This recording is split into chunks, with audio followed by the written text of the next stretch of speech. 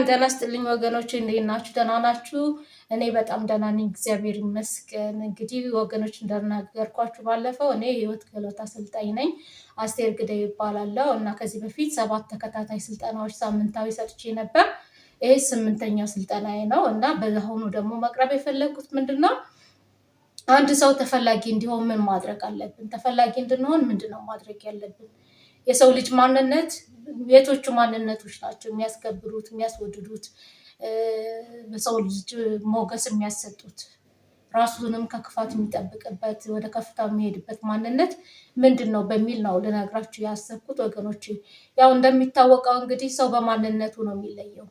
እንግዲህ የሰው ልጅ ባህሪ፣ የሰው ልጅ ማንነት የትም ያደርሰዋል። ወይ ስኬታማ ያደርገዋል፣ ወይ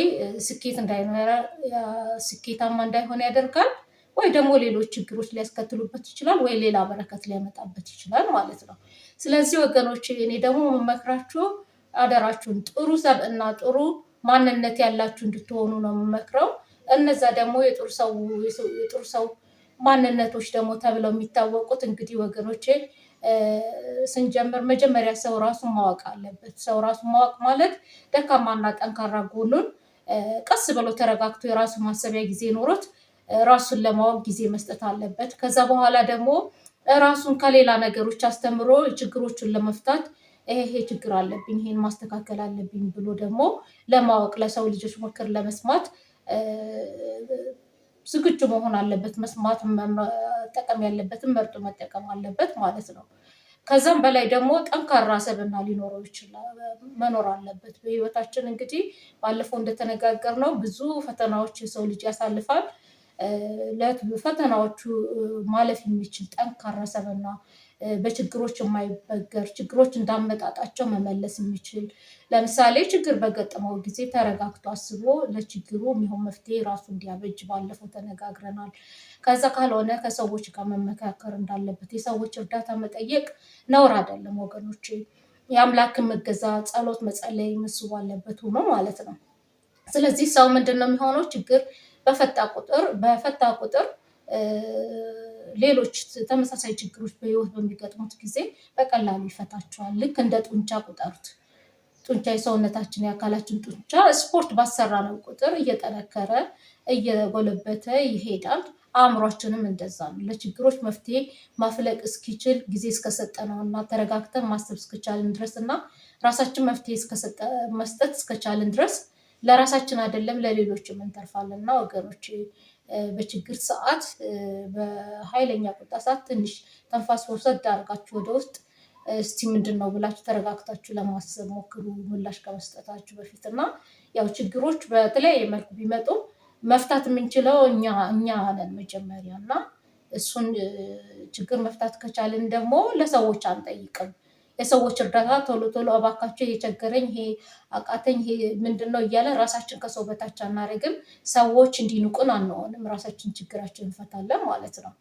ሌላው ወገኖቼ እንግዲህ እንደተነጋገርነው ሰው ልጅ መከበር አለብን። እንድንከበር ደግሞ መጀመሪያ ራሳችን ማክበር አለብን እና ምንድነው ሰዎችን ስናከብራቸው ያከብሩናል መጀመሪያ። ከዛ ለራሳችን ያለን ግምት ሲያውቁ ራሳችን ከፍ ስናደርግ ራሳችንን በጎ ነገር ስንናገር እና ድንበራችንን ስንጠብቅ ማለት የማያስፈልጉን ሰዎች ገለል ስናደርግ፣ ከሚያስፈልጉን ሰዎች ጋር ስንሆን፣ በራሳችን ስንተማመን፣ የእነሱ ጥገኛ ካልሆንን፣ የእነሱ ተለማማጭ እስካልሆንን ድረስ ያው ሰዎች ያከብሩናል ወገኖቼ እና ከራሳችን ስኬት ያስከብረናል እንደማለት ነው።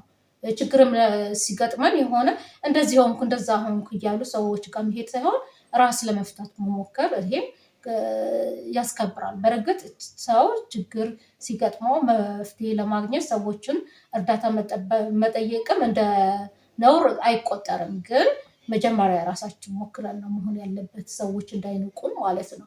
ሌላ ደግሞ ሰዎች የሚወደዱት እውነተኛ ሲሆኑ፣ ለሰው በጎ ሲያስቡ፣ በራሳቸው ሲተማመኑ፣ እንደገና ሩህሩሆች ሲሆኑ። በዚህ ምድር እንግዲህ ብዙ የተፈተኑ ሰዎች አሉ፣ ወደውም ሳይወዱም።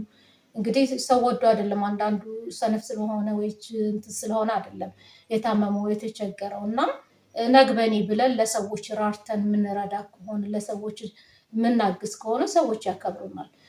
ታማኝ ባህሪ ያለው ሰው ከሆነ በስራው ይከበራል። ሌላው ደግሞ የለውጥ ሰው ማለት ምንድነው? በፊት የነበረው አንድ ነገር ከሆነ ለምሳሌ ከዛ በሚቀጥለው ወይ ስልጠና ወስዶ ወይ ትምህርት ወስዶ ወይ የሆነ የተሻለ ስራ ፈልጎ በየጊዜው ራሱን ለማነጽ የሚሞክር ሰው እሱም የሚከበር አይነት ሰው ነው። እና ወገኖቼ በራስ መተማመን ትልቅ ነገር ነው ብዬም ባለፈው ንጽህናችን፣ ውበታችን፣ በራስ መተማመናችን ያሻግረናል ብዬ ሁሉ ተናግሬ ነበር እና በራሳችን ነው መታመን መቆም ያለብን። በሰዎች ላይ መደገፍ የለብንም። ሰዎች ከቻሉ ይረዳሉ፣ ካልቻሉ አይረዱም ማለት ነው። ሌላው ደግሞ እኔ በጣም የማደንቀው ለምሳሌ ብነግራችሁ የቤት ሰራተኛ ቢኖራችሁ ወገኖች፣ ታማኝ፣ እውነተኛ፣ ስራውን አክብራ የምትሰራ እንደ ቤተሰብ ሆና ብትኖራችሁ ያ ማንም ሰው ይፈልጋታል። እሷም በቤቱ ተከብራ ተወዳ ትኖራለች ማለት ነው። ሌላም እንደዚህ በስራ ቦታችን ሰዓት የምናከብር፣ ስራችን በአግባብ የምንሰራ፣ ራሳችን የምናስከብር፣ ችግር ሲገጥመን ራሳችን የምንፈታ አይነት ሰዎች ስንሆን በየጊዜው ራሳችን የምናሰለጥን የምናስተምር ከሆነ ከፍ ያለ ደረጃ ላይ እንሆናለን። ራሳችን እናስከብራለን። ንግግራችን ሁሉ ራሱ የታረመ ከሆነ ወገኖች፣ ሰው ከንግግሩ ነው እንግዲህ የሚታወቀው። ብዙ ጊዜ ተግባርም ነው ግን ከንግግርም ይታወቃል። ዝም ብለን እንደመጣልን የምናወራ ከሆነ ሰዎች አያከብሩንም። ለሰዎች ዝም ብለን የራሳችንን ሚስጥር የራሳችንን ጓዳ አሳልፈን የምንሰጣቸው ከሆነ ወይ ደግሞ የመጣልን ሁሉ ሳንመርጥ የምንናገር ከሆነ እንደዚሁም በሰው ላይ ዘንድ ተቀባይነት አናገኝም ማለት ነው። ስለዚህ የችግር ቁልፍ ራሳችን ነን ወገኖች። የራሳችንን ችግራችን አፈተን በሰው ዘንድ ተወዳጅ በቃ የሚያምር የሚከበር ሰብዕና እንዲኖረን ማድረግ ያለብን። ከዛ የተነሳ ደግሞ ወገኖች ጽኑ ጠንካሮች ከሆንን በሆነ ችግር በገጠመን ጊዜ ማንበገር ከሆንን እንደዚሁ ሰዎች በሰዎች ዘንድ ተፈላጊ እንሆናለን። እና ወገኖች የጤነኛነት ራሱ ባለፈው እንደነገርኳችሁ ሰው ጤነኛ ሆኖ ለሰዎች መትረፍ ሲችል ነው ሰው እንግዲህ የሚወደው። ብር ሲኖረው ነው በሰዎች ዘንድ ተቀባይነት የሚኖረው። አብዛኛው ጊዜ ያው ሁኔታዎቹን ታውቃላችሁ። ለምሳሌ አንዲት ሴት ጥሩ ባህሪ ያላት ብዬ የማስበው ጥሩ ሰው ለማግኘት ከፈለገች መጀመሪያ ራሷን፣ ንጽህናዋን፣ ውበቷን መጠበቅ አለባት። አነጋገሯን፣ ሁኔታዋን ማስተካከል አለባት። ጥሩ ሰው መሆን አለባት። በራስ መተማመን ያላት ንቁ ሴት መሆን አለባት።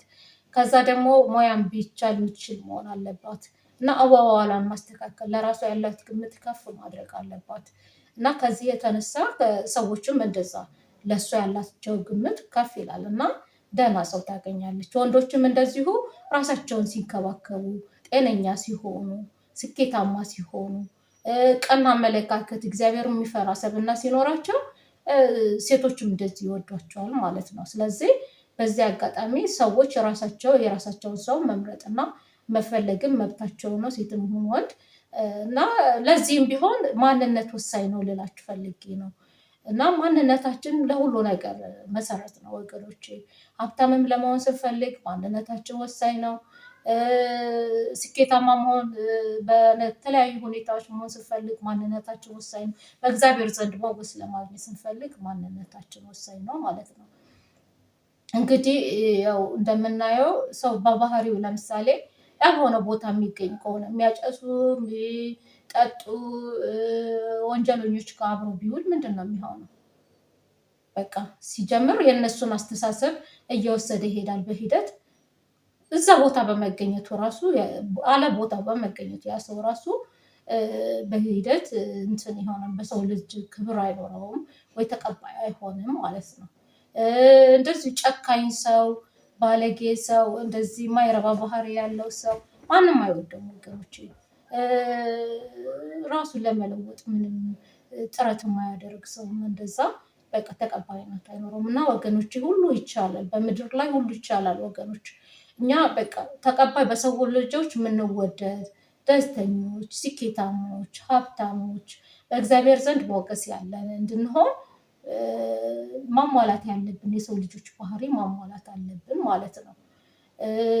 እንደነገርኳችሁ ነው። ንግግራችን ስርዓት ካለው፣ ለራሳችን የምንሰጠው ግምት ከፍ ካለ፣ እንደገና ሰዎች ድንበራችንን አልፈው እንዳይተናኮሉን ራሳችን የምናስከብር ከሆነ ስለ ራሳችን ጥሩ ጥሩ ነገሮች የምንናገር ከሆነ እውነተኞች ከሆንን ታማኞች ከሆንን ታታሪዎች ከሆንን ሰዓት አክባሪዎች ከሆንን ራሳችን ንጽህናችን ውበታችን የምንጠብቅ ከሆነ ለስኬት የምንሮጥ አይነት ከሆንን ለሰዎች ርህሩሆች ከሆንን ይሄ ሁሉ እንግዲህ የሰው ልጅ መስፈርቱ ነው። ከዛ ደግሞ ለውጥ ሲባል እንግዲህ በቴክኖሎጂ አሁን ዘመናዊ ሆነን ያለውን ሁሉ አማራጮች ተጠቅመን መለወጥ ነው ያለብን ወገኖች። በዚህ ሰዓት በአንድ ነገር ብቻ ተምሬ ብቻ ወይ ሰርቼ ብቻ የምንለው ነገር አይደለም እና ቀድሞ መገኘት ነው። በአሁን ዓለም የደረሰበትን ለውጥ አውቆ መገኘት ቀድሞ መገኘት በራሱ በሰው ዘንድ ያስከብረናል፣ ተፈላጊ ያደርገናል ማለት ነው።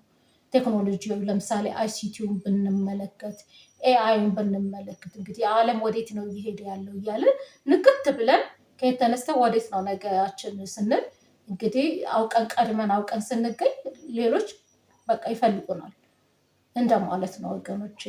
እና እንግዲህ እግዚአብሔር ይመስገን እና አመሰግናችኋለሁ ይህን ፕሮግራም ስላያችሁልኝ። ላይክ፣ ሰብስክራይብ፣ ሼር ማድረጉን አትርሱ። ማንነታችሁ የሚያስከብረን ነው። ማንነታችን ያስከብረናል። ራሳችንን እንቅረጽ፣ የተሻለ ማንነት ይኖረን። ዩቲዩቡን ላይክ፣ ሼር፣ ሰብስክራይብ አድርጎ አመሰግናለሁ።